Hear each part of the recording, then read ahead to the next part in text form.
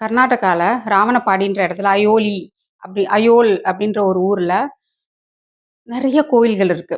அதுல நம்ம சன்டயல் மாதிரியே நெறைய அந்த கிளாக் எல்லாம் இருக்கு. பெரிய பெரிய கேவ்ஸ் எல்லாம் இருக்கு. ராவணன் சித்தர் அங்க வந்து ஆய்ந்து விமான நிலையம் எல்லாம் நிறுவி, விமானங்கள் எல்லாம் இயக்கின இடமா இருக்கணும். இதெல்லாம் ஆய்வு பண்ண வேண்டிய இடங்கள்.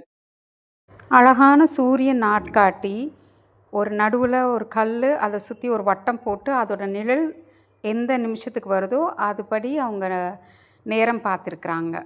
மலைய ராக்க கொடைஞ்சு ரொம்ப அழகா செதுக்கி, சிற்பங்கள் எல்லாம் செதுக்கியிருக்காங்க. உள்ள பெரிய ராவணன் சிலை இருக்கு.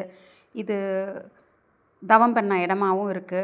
நெறையா சித்தர்களெல்லாம் தவம் பண்ணி, அது எக்கோ சிஸ்டம் மாரி இருக்கு. நெறைய அறைகள், சின்ன சின்ன அறைகள் இருக்கு.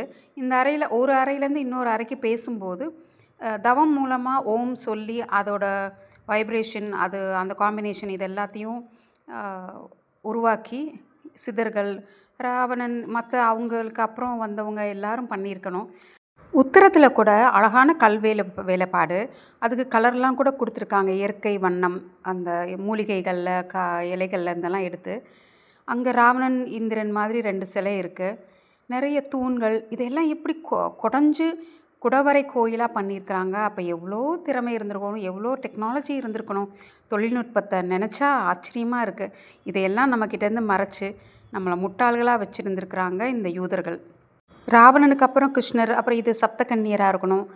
கிருஷ்ணர், விஷ்ணு இவங்கெல்லாம் வந்து வானாராய்ச்சிக்காக சயின்ஸ் லேபா, பயோடெக் லேபா, ஹெர்ப்ஸ் எல்லாம் ஆராய்ச்சி பண்ணுறது, இந்த மாதிரி ஒரு ஆராய்ச்சியும் இங்கே பண்ணியிருக்கணும்.